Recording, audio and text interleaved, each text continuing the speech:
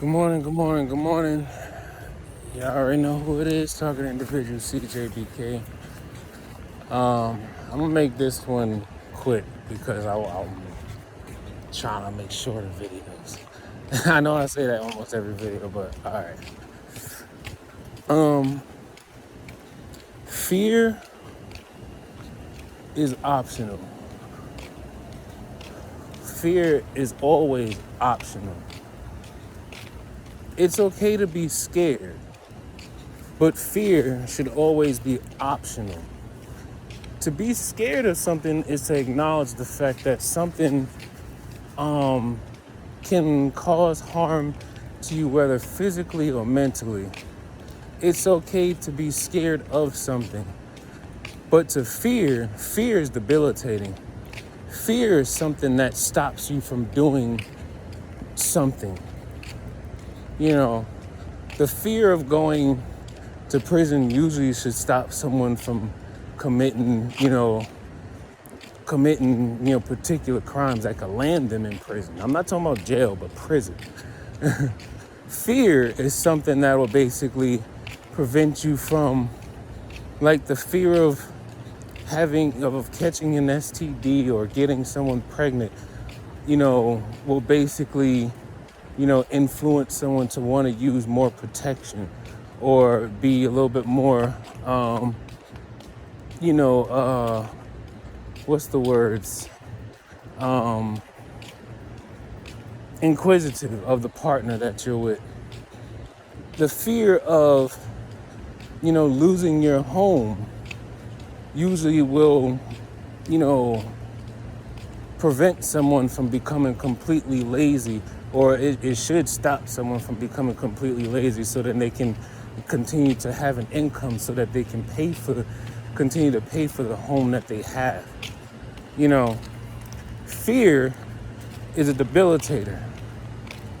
The fear of speaking up for the truth of what's happening to yourself or to someone, because maybe someone's threatening you or whatever the case may be.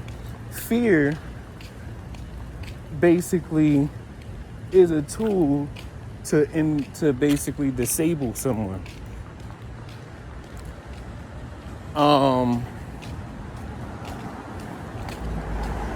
Other people's fears cannot become your fears. Everyone in this world may fear something, but we may not all fear the same thing. Gang stalkers fear things that most normal people already don't necessarily have to think about, because we're not actually thinking about doing the same things that they do. That's why they try to move in darkness and move in secrecy and everything like that, because they fear of actually getting caught for doing what they're doing, But they don't have anything in them to actually prevent them from doing the thing that'll basically have them caught up in facing the fear that they most, that they mostly have. I'm trying to make sure I get this right in my head, because I woke up like 3 times today. I don't think it was me waking up, but I was woken up 3 times.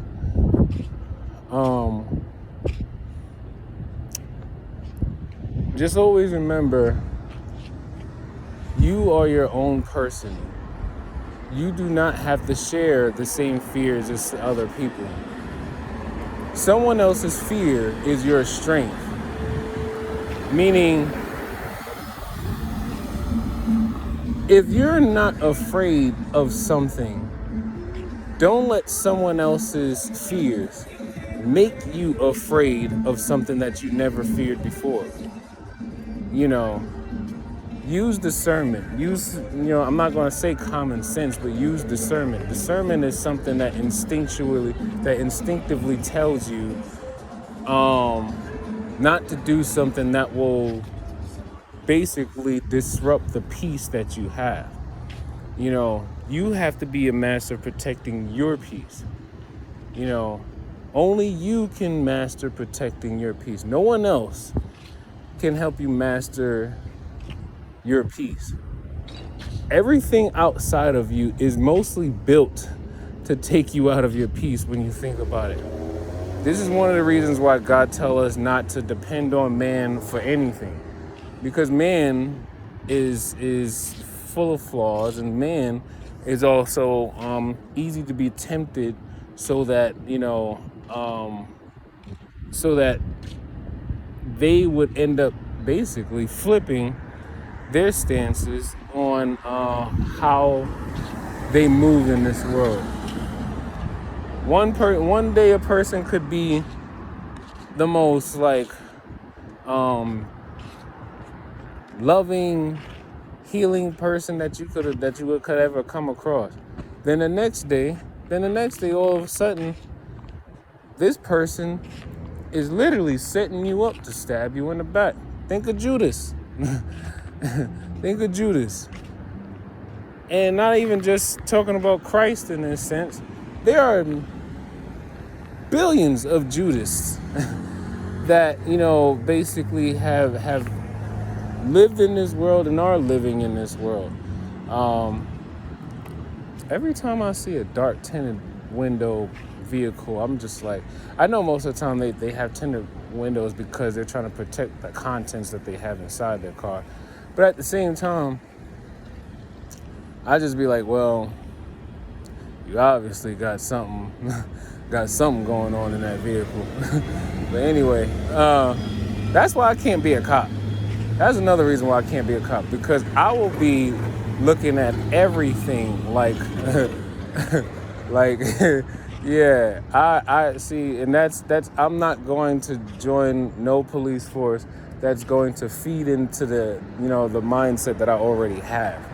So, because if I was to do that, I'm not playing favoritism. I'm coming after everybody. I don't care about favoritism, because I hated favoritism when I'm working jobs and stuff like that. I hate favoritism when, when people want to pick and choose, when they want to treat you like they're close to you. Favoritism is poisonous. I prefer to just be morally right. You have good morals, you stick to your guns, you stick to your morals, you stick to your code of ethics. I don't care. Oh, somebody got caught running the light. And they still going. I mean, you can't really do much else. But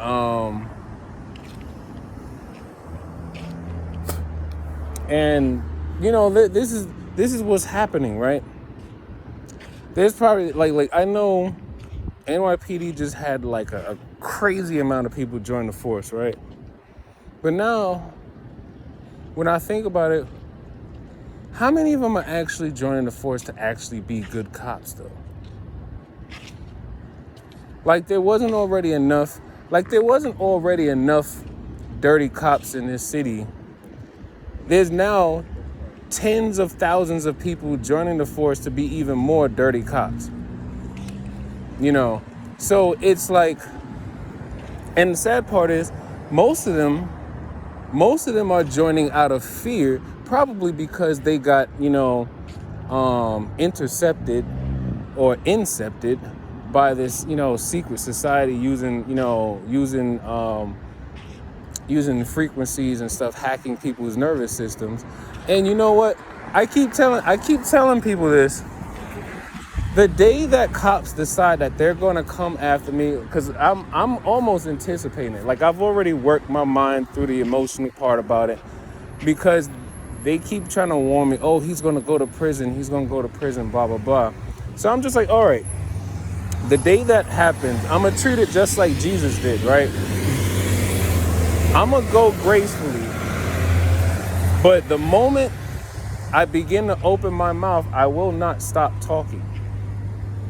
I am going to unfold and just basically I'm going to open the envelope of all the information that I know to put the fear of God in every single person that I pass by.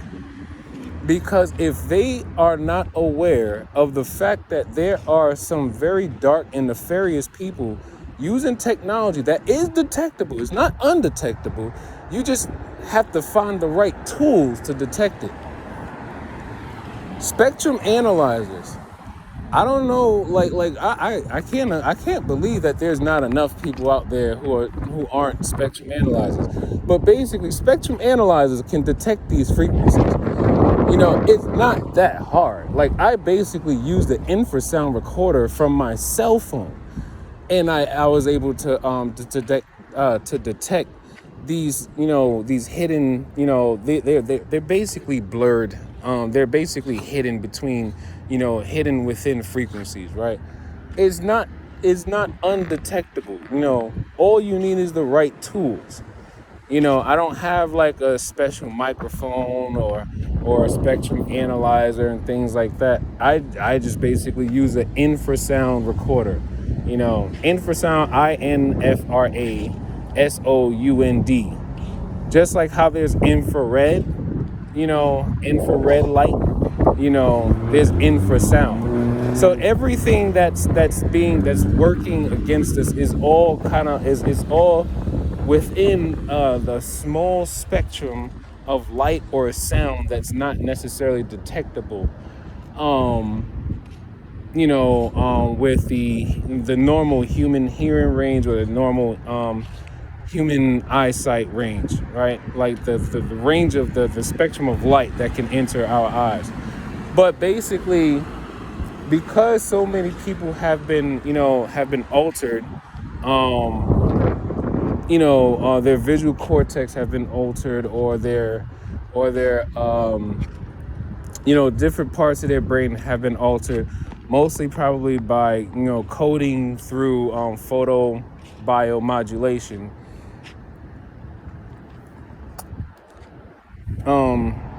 They basically are able to see these different spectrums of light and possibly sound, because remember, the globe, the entire world is digitalized. There's a digital copy of just about everything in the world that's on the internet, including people. That's how they're basically attacking most of us, is because they actually have a digital copy of us on the internet, so then they can basically click it. It's almost like, think of The Sims. The Sims and the computer game Civilization. That's literally what this is. What is it? Sid Meier's Civilization and Maxis, The Sims. That's basically what this is. But anyway, going back to what I originally was making this video about, fear. People are trying to do so much right now out of fear. They're basically doing all these different things out of fear. Fear of not having enough money, fear of not having, the right type of car, fear of not being accepted by their peers, fear of so many things that don't even truly matter.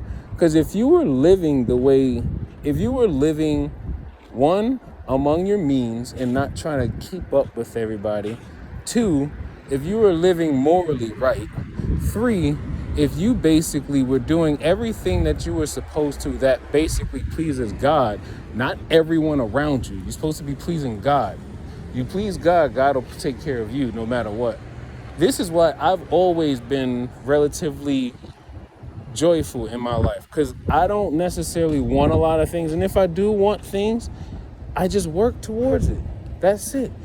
I mean, every single type of spiritual guru or a righteous person, they'll tell you, all you got to do is work towards the thing that you want, and if you're supposed to have it, you will have it. But you don't allow it to consume you. You don't become used by the thing that you work towards. Do I want a car one day? Do I need a car? No, I don't. Not in New York City. Do I have a license? Yes. Do I use it? Not really. Anyway, my bus is here. Good morning.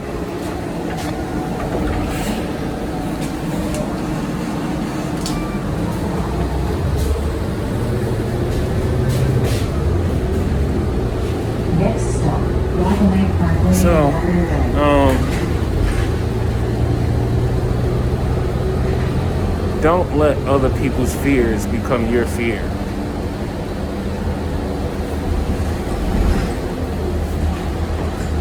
They're so busy trying to set you up to go to prison, not realizing if they set you up to go to prison and you've been doing all the recording and keeping up with everything that's been going on with you, trust and believe, I kid you not, if you don't end up being pulled out of prison, they'll end up in there right next to you or in some other prison themselves. Take life one breath, one thought, one step, one day at a time. Peace.